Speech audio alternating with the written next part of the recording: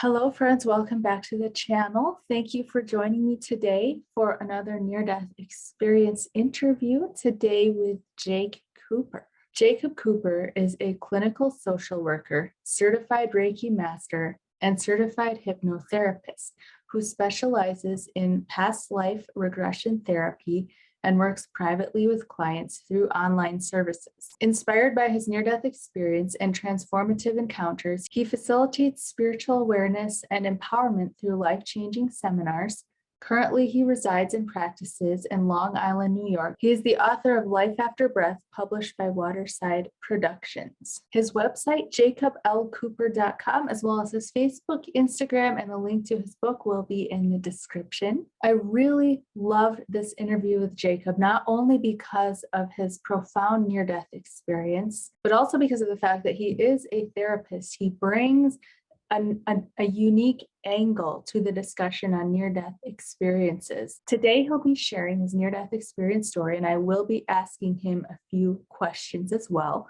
Tomorrow, we will get even deeper into a Q&A where I ask him some really tough questions. Thank you guys for watching. Here's Jake. Hello, Jake.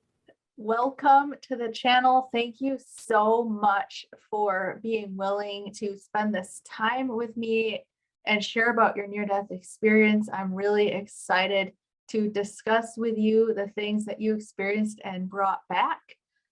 So would you like to start by just sharing your near-death experience in whatever way you feel led? Yeah. Well, thank you first and foremost for having me as your honored guest. Very proud and inspired of all the work that you do. Keep at it. But yeah, I had my near-death experience at the age of 3 years old in September of 1993. I contracted pertussis, otherwise known as whooping cough at the time, and I went to a park with family, friends, and climbed up the ladder to the slide and began to suffocate at the top of the ladder, and wasn't able to breathe, was completely suffocated. And due to the deprivation of oxygen, every part of my body ceased to function, wasn't working. And much like a car, if your car is not working, if you try to rev up your engine, it's kind of pointless to stay in the car. So I got out of my car and out of my body, so to speak, and looked at it just to kind of see what was going on, and lifted up and looked at the engine. And I just knew that there was just this part of me that wasn't produced by the body or the brain, but rather was just filtered through it. And so in the disembodied state, I just had all this awareness of so much more of my neurophysiological states and functionality that I don't think most doctors were privy to, never mind an innocent 3-year-old, just, kind of due to this lifetime. And then solely like a power breaker in a home, due to the deprivation of oxygen, my body wasn't functioning. And it was just kind of like you take each switch off and just turn it off. And that's what happened was occurring to my body. And the last part that I was able to feel and sense was my brain. And I could feel and have an understanding of my brain, so much more than before. And the awareness was so much deeper than I could ever express. And slowly but surely, due to the deprivation of oxygen, I literally felt my brain just crack in half or snap in half, as if you're plugged into this wall of the body and you just yank this cord from the body and you're no longer in this body. And so before this, when I was suffocated, I was just in this period of what felt like eternal suffering, where I wasn't in my body, I wasn't crossed over. It just felt like an eternal period of suffering and suffocation. And once literally my brain snapped in half, that's when I really started, having a lot of the classical, experiences of near-death experiencers, the tunnel phenomenon and going to light, experiencing vibrational frequencies. And I was able to see a part of myself that was soaring upwards and upwards with infinite pace and infinite torque and velocity, and just almost as if I felt like I was on the most powerful roller coaster at a theme park. And there was just no end to how high I was soaring. And I was aware of my body, and to the right side of my brain, I became aware of just this incredibly climactical, octave in this divine palace that was right to the right side of my brain. And the best way I could describe that was a high expression of the center point of creation, which I could best describe in the vernacular as God to me. But The word at the time was so limited. And we'll get to words in a little bit too. But, I was just going off in this endless climax. And I think in the body, we're not used to that. We're used to being bioneurochemical and limited with how good we could feel or needing to do something to feel something. But I was just in this endless place of endless euphoria. And, moments later, I was able to hear, sounds and pitches and frequencies and colors of this palace behind me that were of no comparison and contraction. The best word I could describe it was almost kind of like a golden color, but that word is beyond limiting. And a couple moments later, I just became aware of this field and this color of kind of like a bronze color that was in front of me, and it was just like this endless sky of bronze that I was connecting to. And I had what I could best describe it as an awareness of a ray of God, or just the highest ray of God, almost that you could connect to. And this was a Christ consciousness that I connected to. And in this field of awareness, in this energy field, I became incredibly comforted. I still had attachment to my 3-year-old body. My awareness was of an eternal soul, and I was just worried about leaving my parents, or what, worried about what I would be when I grow older, and all those, questions still connected to that life as a 3-year-old. But I was comforted in this all was well, all will be well, all was always well, eternal awareness. And there was nothing to worry about. There was nothing to do, nothing to look in the past. I was just in this moment of eternal trust and knowingness of this pure love, pure unconditional love that I was and forever connected to.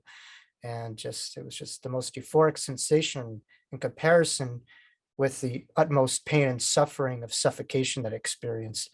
And then moments later, I became aware of my two spiritual guides who were accompanying me to the right and left side of me. There was a male and female guide. It's one part of my near-death experience that I don't remember as clearly was their exact names. And, in meditation, I do get them, but at the time it was very clear as crystal, their exact names and who they were and what they looked like. And I just felt so ashamed and embarrassed that I forgot that they were there with me this entire time. And it was the closest connection that I had to my inner being, that I could possibly express. It was just a close extension of who I was. It was so enmeshed with my inner being. But the guides literally were there, and it just was the most comforting feeling to just know that there was just so much that I forgot on about that was inside of me, around me, that was accompanying me on this journey in this human experience. And slowly but surely they allowed my body and forced my body down the slide. And I saw the people that I was with at the park that day, and they were looking at my meat suit or my body and calling me. And my body was irresponsive, but I was aware of my form, which was to the side of my meat suit or my body. And I was trying to communicate with them. And I just became very frustrated that I was trying to talk to them, but they couldn't see or hear me. They were looking at a body, which I knew was not ever me. It was just a vehicle or a tool, for the instrument of my soul. And a couple moments later, I became aware of their own energy fields, their own auric electromagnetic fields around them, and their own angels around them. And I just became privy of so much awareness about their soul and their minds and their hearts that I wasn't aware of from before. And it just showed me that all is divine, all is spiritual. Not everyone remembers and connects to that, but you take an orange, you squeeze an orange out, you're left with orange juice. You squeeze us out, all you're left with is pure, eternal, unconditional, infinite, divine love. And I saw that in them, and it just was fascinating looking back. But a couple moments later, I became aware of endless ray of angels that were just floating right in front of me, and these were very young, youthful in presentation, angels. And whereas the spirit guides, or my primary guides, had a lot of more human characteristics and they were more micro focused on me, these angels that I saw were very much focused on the planet, and they weren't as centered on myself. They were just there on a macro basis, and they had no almost uniformal identity. It just was kind of like a minions for the angelic team of God, so to speak. But when I looked at them, I almost just had to pinch myself because they were so real right in front of me. It was just this thin veil separating, the other realms. It's like you take a dial and just turn it up a slight, smidget above this reality. And heaven is really right here. The other side is right overlaying this. And looking at them, I became aware of the octaves and the healing energy coming out of them. And just it was so profound, much like the light of God that I was seeing, that I just almost had to shield myself. It was so beautiful, but it's literally right in front of me, and I could, look at it with my own mind's eye. And slowly but surely became greeted by my own, spirit family, which were just different loved ones that I've carnated with throughout different lifetimes. And I just, we could get into soul family a little bit and, a little explanation about it, but I just became aware of almost in a way being put on the spot with my soul family coming through in the distance and my spirit guides and my angels as to what will I do, in the light realm on the other side. Will I stay with them, or would I continue, and live out my life as I was doing? Um, and I just posed a question: was if I do, continue this life, what is my dharma? What is my purpose? What am I here for? What does that look like? And slowly but surely, I just had flashing imagery of different lifetimes that I lived. And I was literally just spanning the globe in different cultures and civilizations, just very, very, very fast and very quick, just in and out of different lifetimes. And one lifetime that really, there was a couple that I chronicled in Life After Breath, but the closest lifetime to this lifetime was a lifetime in which I took my own life. I was a teacher of many students, and my back was against the wall. I lost hope and faith, and I was similarly to what I had in the near death experience. I was deprived of the oxygen of life, and there was nothing to hold on to. And I took my own life, which has been evidentially read by different intuitives and mediums who have read this prior to me coming out with Life After Breath or any of my public work, which I talk about in Life After Breath. So there was evidence of information about this lifetime that I lived. But I became quite emotional when I was able to see my own students of that lifetime, and their faces just came to me, and I understood that when I did that I was back to the beautiful realm, of God, and I wasn't judged. And but I just knew that there was a connection between that lifetime when I committed suicide and this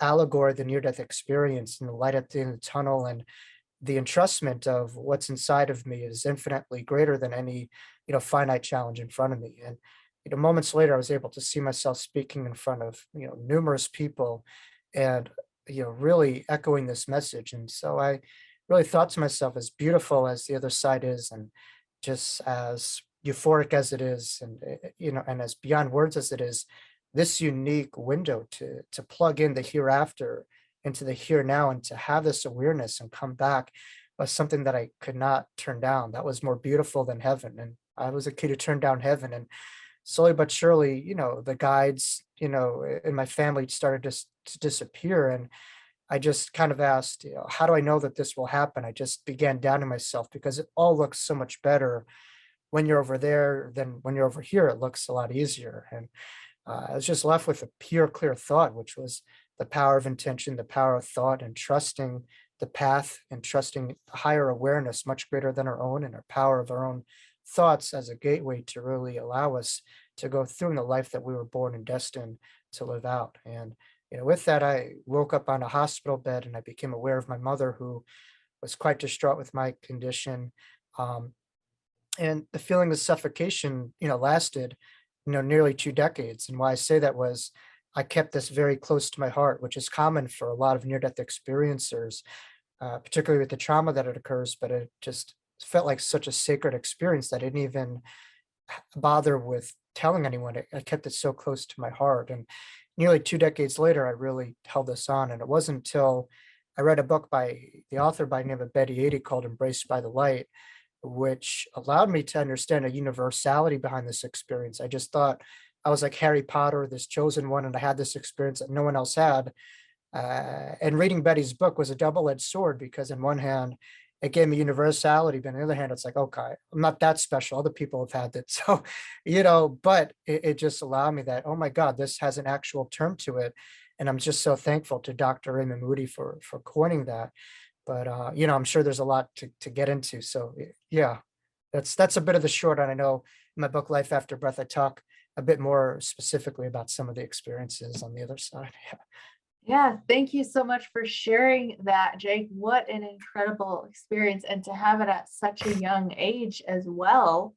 I have so many questions Yeah. for you, but I guess I could start with, you had this experience when you were 3. I can't remember if you said that to me just now or if it was in a previous interview that I was listening to, that you you experienced this not as a 3-year-old human, but from an expanded state of consciousness. Why do you think that is, or how does that work? Well, I think in a way we all could say I'm a spiritual being in a Mhm. human body, in a Right. physical body, but we're not able to apply that to chronological age. We associate development of chronology with our own soul, and the two are not always congruent with each other. The expression of the body with the soul, in it.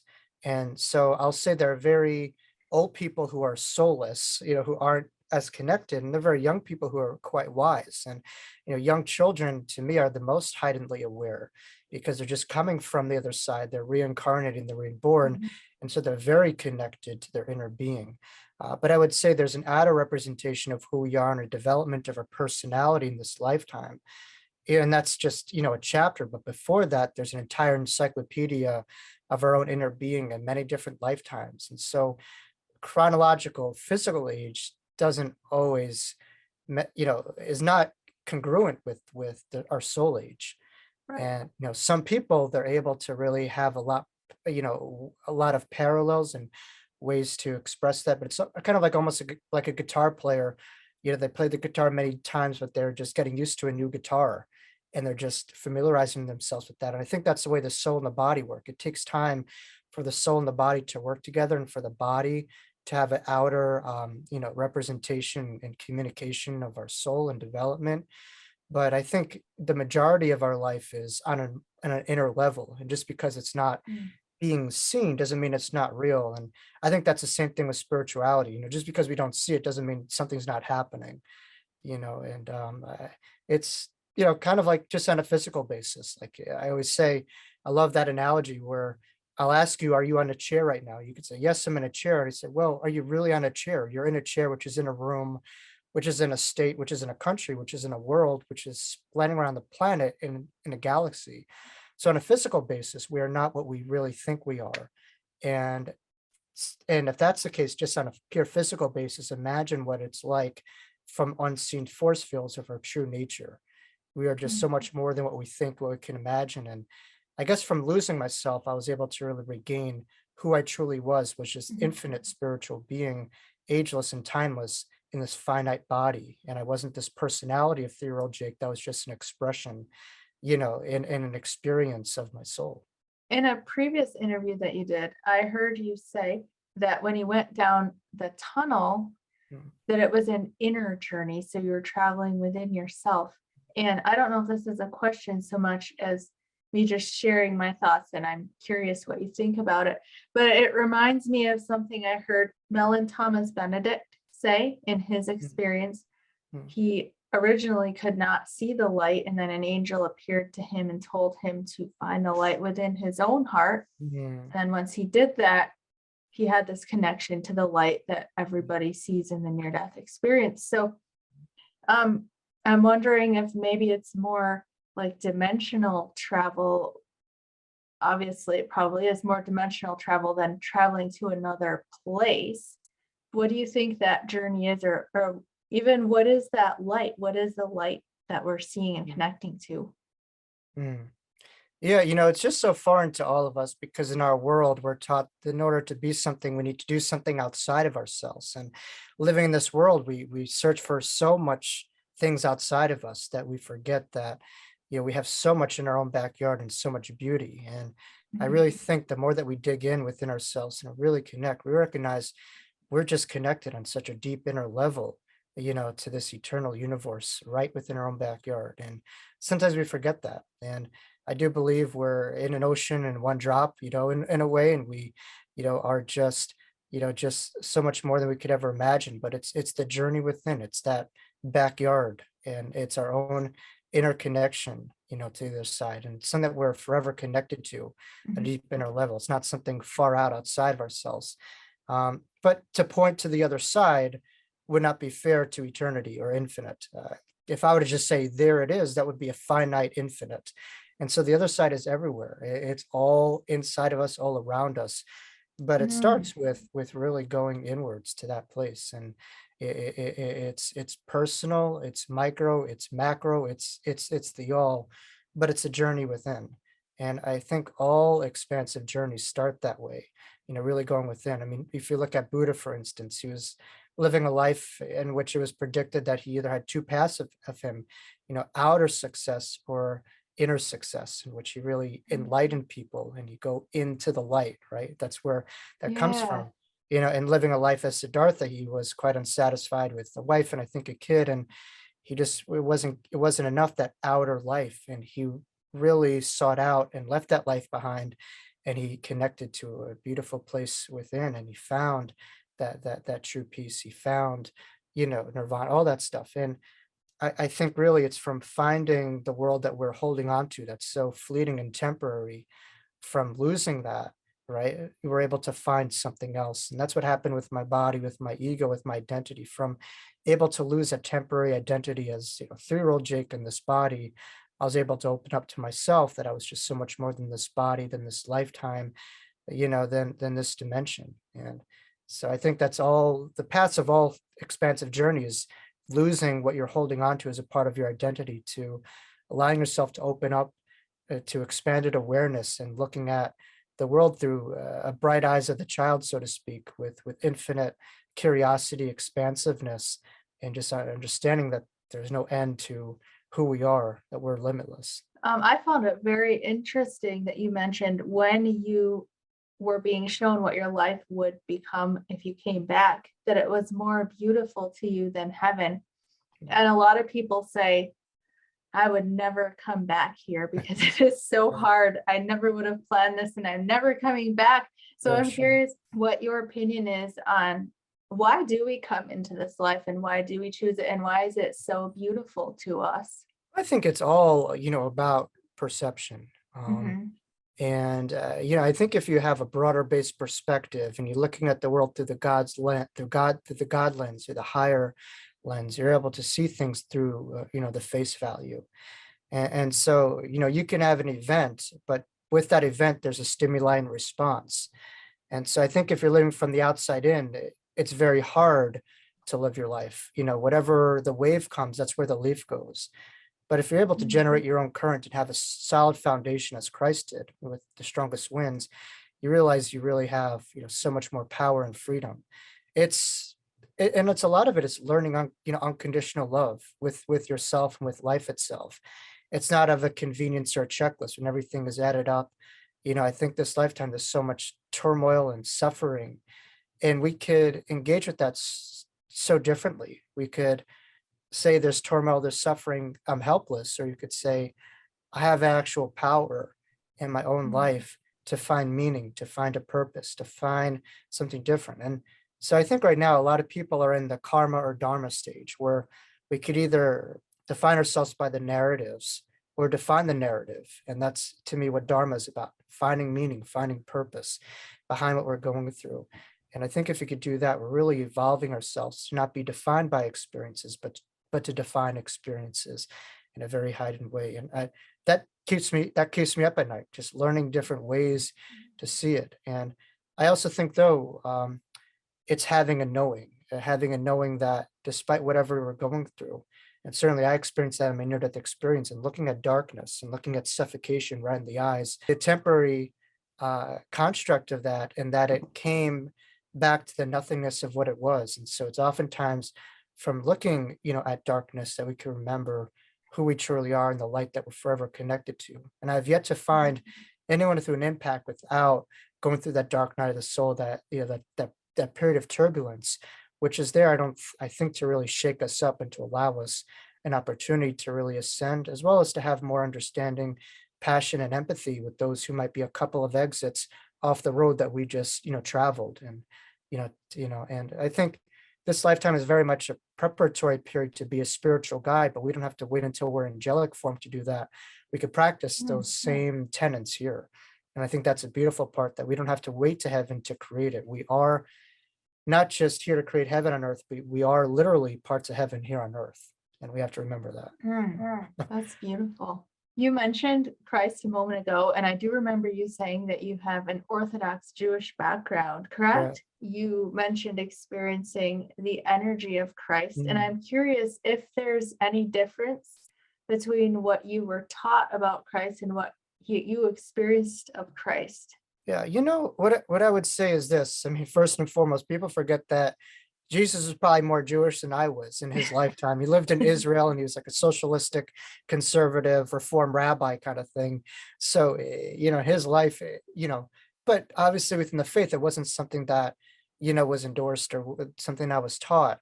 So it's interesting about the near-death experiencers where they have something totally incongruent many times of what they were taught, and so what I would say is this: we have forms that we come through without lifetimes, but beyond that is a consciousness. Beyond that, is an energy, and I call it the ray of the divine that we are, and we take on different bodies and different forms. But beyond that is an unlimited energy, and I think really within lifetimes, it's remembering who we truly are and embodying that same energy. And so I think obviously there's a study and practice, of that, but to me, God and all spirituality is very much of an inner experience. And so that's really how I connect to God and to Christ consciousness. It's very much personalized, and very much on an inner basis. And Mhm. so at least for me, that's just what I do. I mean, other people, might, be different in a way, but I would say all these things are just beyond this earth in so many ways, and there's just these energies that are just so like difficult to just pinpoint or bog down with words. It's more of like a feeling. It's more of a knowing. It's more of an inner connection that's very much personal to Yeah. each individual. And I think God is very much personal because I think we are a part of that. And so it's a very much of a personal dynamic and interplay that we have in our own development with the core of who we are, if that makes sense.